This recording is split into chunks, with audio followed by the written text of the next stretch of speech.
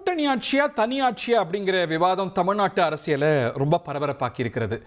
குறிப்பாக தேசிய ஜனநாயக கூட்டணி ஆட்சி அமைக்கும்னு திரு அமித்ஷா சொல்ல, இல்லை அமைய போவது அதிமுக ஆட்சி தான் அப்படின்னு உறுதி காட்டுகிறார் திரு எடப்பாடி பழனிசாமி. அமித்ஷா மட்டுமல்ல, தேசிய ஜனநாயக கூட்டணியில் அங்கம் பெற்றிருக்கக்கூடிய இதர கட்சிகள், ஏற்கனவே திரு டிடிவி தினகரன், தேமுதிக, இப்போ அன்புமணி ராமதாஸ் அதை மீண்டும் வலியுறுத்தி இருக்கிறார். பாட்டாளி மக்கள் கட்சி அடுத்த அரசில் இடம்பெறும் அப்படின்னு சொல்லியிருக்கிறார். திருமாவளவனுக்கு விடுதலை சிறுத்தைகள் கட்சிக்கு இது நீண்ட கால இலக்கு அப்படிங்கிறது குறிப்பிடத்தக்கது. வர்ற தேர்தலில் அவங்க வலியுறுத்தலை அப்படின்னு சொல்லியிருக்கிறாங்க. தமிழ்நாட்டில் நம்ம கூட்டணி அரசியலை, கூட்டணி ஆட்சியை பார்த்ததில்ல, கூட்டணி அரசியலை பார்த்துருக்கோம். ஸோ இதோடைய அடிப்படைகளை, பேசிக்ஸை நம்ம ரீலுக் பண்ணுவது சரின்னு நினைக்கிறேன். கூட்டணி அரசாங்கம் அப்படின்னா என்ன? தேர்தலில் சேர்ந்து போட்டியிடக்கூடிய கட்சிகள், இல்லை ஒரு போஸ்ட்போல் அலையன்ஸில் உருவாகக்கூடிய கட்சியாக கூட இருக்கலாம். இவங்கெல்லாம் சேர்ந்து இந்த மெஜாரிட்டி மார்க்கை கொண்டு வந்து ஆட்சி அமைக்கிறது. ஒரு கட்சிக்கு தனிப்பெரும்பான்மை இருந்தாலும் கூட கூட்டணி ஆட்சி அமைக்கலாம். கடந்த 2014-19 என்டிஏ ஆட்சிகள் அதற்கு சான்று. பிஜேபிக்கு நம்பர்ஸ் இருந்தது, ஆனாலும் அவங்க கூட்டணி கட்சிகளுக்கு மந்திரி சபையில் இடம் கொடுத்தாங்க. இப்போ நடப்பது தேசியத்தில், அதாவது மத்தியில் இருப்பது பாஜக கூட்டணி ஆட்சி. பாஜக அதுக்கு தலைமை வகித்தாலும் அதில் அங்கமாக டிடிபி மற்றும் நிதிஷ்குமாரோடைய கட்சிகள்லாம் மந்திரி சபையில் இடம்பெற்றிருக்கிறாங்க அப்படிங்கிறத பார்க்குறோம். யூபிஏ ஆட்சியில் கூட அதுதான் நடந்தது. திராவிட முன்னேற்ற கழகம், பாமகலாம் அதில் இடம்பெற்றிருந்ததை பார்த்தோம் முந்தைய காங்கிரஸ் ஆட்சியில். தமிழ்நாட்டில் இருப்பது, இருந்து வந்திருப்பது, தொடர்ந்து வந்திருப்பது தனி ஆட்சி தான். திராவிட முன்னேற்ற கழக அரசு தமிழ்நாட்டில் நடக்குது, திமுக அரசு. மற்றவங்கெல்லாம் கூட்டணி கட்சிகள் இருந்தாலும் கூட்டணி கட்சிகள் அரசுடைய அங்கமாக இல்லை அப்படிங்கிறது குறிப்பிடத்தக்கது. கூட்டணி அரசு என்றால் என்ன அப்படிங்கிறத பார்க்கலாம். திமுக, அதிமுக மத்தியில் கூட்டணியில் இடம்பெற்றாலும் மாநில அளவில் அவங்க கூட்டணி ஆட்சி அப்படிங்கிற ஒரு கோட்பாட்டை ஏற்றுக்கிட்டதில்லை, அதுக்கான ஒரு சூழல் அமைஞ்சிடலை அப்படிங்கிறத பார்க்கின்றோம். இந்த ரெண்டு திராவிட கட்சிகளுமே அவங்களுடைய கோட்பாடு மத்தியில் கூட்டாட்சி, மாநிலத்தில் சுயாட்சி அப்படிங்கிற ஒரு கோஷத்துடைய நீட்சியாக அவங்க மத்திய அளவில் ஒரு கூட்டணி அரசை ஏற்றிருக்கிறாங்க, அங்கம் பெற்றிருக்கிறாங்க. ஆனால் மாநில அளவில் அதற்கான ஒரு பிரகடனத்தையோ ஏற்பையோ ரெண்டு திராவிட கட்சிகளும் தொடர்ந்து இந்த நிமிடம் வரைக்கும் செஞ்சதில்லை அப்படிங்கிறது குறிப்பிடத்தக்கது. 2006 ஒரு யூனிக் சிச்சுவேஷன் உருவாச்சு, இதுக்கான ஒரு சூழல் உருவாச்சு.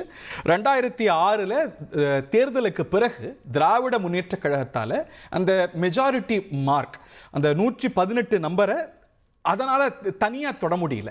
ஆனால் ஒரு பெரிய கூட்டணி இருந்தது, அந்த கூட்டணிக்கு சேர்ந்தா அந்த நம்பர் வந்துடுது.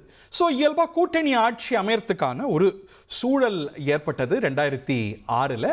ஆனால் திரு கருணாநிதி அவர்களுடைய ராஜதந்திரம், அவருக்கு இருந்த குட் ஆஃபீஸர்ஸ், காங்கிரஸ் கட்சி தலைமையோடு அவருக்கு இருந்த நல்லுறவு, பாட்டாளி மக்கள் கட்சி அப்போது செஞ்ச ஒத்துழைப்பு, இதனால் அவங்களுக்கு மெஜாரிட்டி நம்பர் இல்லை என்றாலும் வெளியிலிருந்து இந்த கட்சிகளெல்லாம் ஆதரித்து ஒரு கூட்டணி ஆட்சி, அதுக்கான ஒரு பிராக்டிக்கல் சூழல் தேவை இருந்தும் கூட அது திரு கருணாநிதி அவர்களுடைய ராஜதந்திரத்தாலும் அந்த கட்சிகளுக்கு இடையே அந்த நல்லிணக்கத்தாலும் அது தவிர்க்கப்பட்டது அப்படிங்கிறத பார்க்கின்றோம். அன்னைக்கு அந்த நம்பர்ஸ் கூட நம்ம பார்க்கலாம். 163 இடங்களில் திமுக கூட்டணி வெற்றி பெற்றது. ஸோ கூட்டணிக்கு நம்பர்ஸ் இருக்குது. ஆனால் இண்டிவிஜுவல் பிரேக்கப் பாருங்களேன். திராவிட முன்னேற்ற கழகம் 96 சீட்டுகள், காங்கிரஸ் 34, பாமக 18. ஸோ மற்ற கட்சிகளுடைய எண்ணிக்கையும் அவங்களுடைய ஆதரவும் பெறும்பொழுது தான் ஒரு பெரும்பான்மை அப்படிங்கிறது தக்க வைக்க முடியும். இந்த கட்சிகளெல்லாம் வெளியிலேருந்து ஆதரவு கொடுத்ததுனால திராவிட முன்னேற்ற கழகம் கூட்டணி அரசு இல்லாமல் திமுகவுடைய அரசாகவே அந்த 2006-11 அரசாங்கம் தொடர்ந்தது அப்படிங்கிறத நாம் பார்க்கின்றோம். காங்கிரஸ் வெளியிலிருந்து ஆதரித்தது, சோனியா காந்தி அதற்கு சம்மதித்தார். அவங்க மத்தியில் அரசில் இருந்தாலும் கூட தமிழ்நாட்டில் திமுகவுக்கு அவங்க ஆதரவு கொடுத்தாங்க அப்படிங்கிறத பார்க்கின்றோம். கூட்டணி அரசு சாத்தியமா அப்படிங்கிற கேள்வி நம்ம பார்க்குறோம். பெரிய கட்சிகளுக்கு பெரும்பான்மை கிடைச்சிச்சுன்னா அதுக்கான சூழல் இயல்பாகவே தவிர்க்கப்பட்டுரும். அவங்களுக்கு நம்பர்ஸ் இருக்கும், அதனால் அவங்க கோயலிஷன் பார்ட்னர்ஸுக்கு அவங்களுக்கு அது ஒரு கொள்கையாக இருந்தால் ஒழிய கொடுக்க மாட்டாங்க அப்படிங்கிறத பார்க்கின்றோம். வாஜ்பாய் காலத்திலேருந்து நம்பர் இருக்கோ நம்பர் இல்லையோ பிஜேபி கூட்டணி அரசை கொடுத்துருக்கு, நடத்திருக்கு. அதே போல் காங்கிரஸும் அதை செஞ்சிருக்கிறத பார்க்கின்றோம். நம்பர்ஸ், தேர்தல் முடிவுகள் தான் தீர்மானிக்கும் கூட்டணி ஆட்சியா தனியாட்சி அப்படின்னு. ஆனால் அந்த கட்சிகள் வலியுறுத்த அவங்களுக்கு நிற்கிறதுக்கு கிடைக்கக்கூடிய சீட்டுகளை அதிகரிக்க இந்த மாதிரியான கோஷங்கள் பயன்பெறலாம், இல்லை அது ஒரு குழப்பத்தை கூட ஏற்படுத்தலாம். எப்படி பார்த்தாலும் கூட்டணி ஆட்சி அப்படிங்கிற ஒரு விவகாரம் அது சாத்தியமா இல்லையா அப்படிங்கிற ஒரு விவாதம் கடந்த முந்தைய தேர்தல்களை காட்டிலும் இந்த தேர்தலில் ரொம்ப பிரதானமாக இடம்பெற்றிருக்கிறத பார்க்கின்றோம்.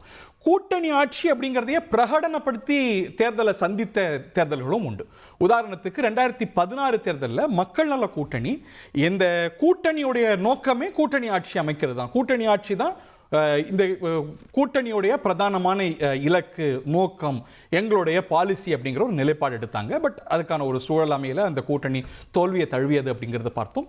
2026 தேர்தலில் தமிழ்நாட்டில் இது வரைக்கும் அமையாத ஒரு கூட்டணி அரசு அமையுமா, இல்லை அதிமுகவும் திமுகவும் தொடர்ந்து வலியுறுத்துவது போல தனியாட்சி தான் அப்படிங்கிற ஒரு நிலை தொடருமா, பொறுத்திருந்து தான் பார்க்கணும். உங்கள் தந்திவன் தொலைக்காட்சியில் திருவாய் மலர்வாய் திங்கள்தோறும் இரவு 8 மணிக்கு காண தவறாதீர்கள்.